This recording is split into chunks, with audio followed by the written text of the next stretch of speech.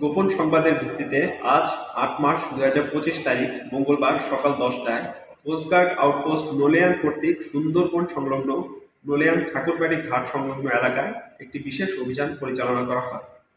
অভিযানে সুন্দরবনের কুখ্যাত ডাকাত করিম শরীফের অন্যতম সহযোগী মোহাম্মদ শাহজাহান, মোহাম্মদ অনু এবং একজন অজ্ঞাত ব্যক্তি কোস্টগার্ড সদস্যদের উপস্থিতি টের পেয়ে হরিণের মাংসসহ ২টি বোট রেখে পালিয়ে যায়।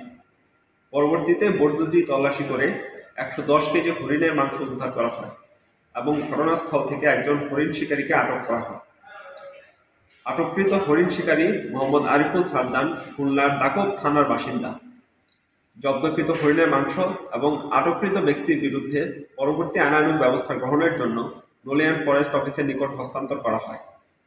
দেশের আইন শৃঙ্খলা পরিস্থিতি স্থিতিশীল রাখতে বাংলাদেশ কোস্টগার্ড ২৪ ঘন্টা টহল জারি রেখেছে, যার মাধ্যমে কোস্টগার্ডের আওতাধীন উপকূলীয় এবং নদীর তীরবর্তী অঞ্চলের আইন শৃঙ্খলা পরিস্থিতি অনেকাংশে উন্নত হয়েছে। কোস্টগার্ড ভবিষ্যতে এই ধরনের অভিযান অব্যাহত রাখবে।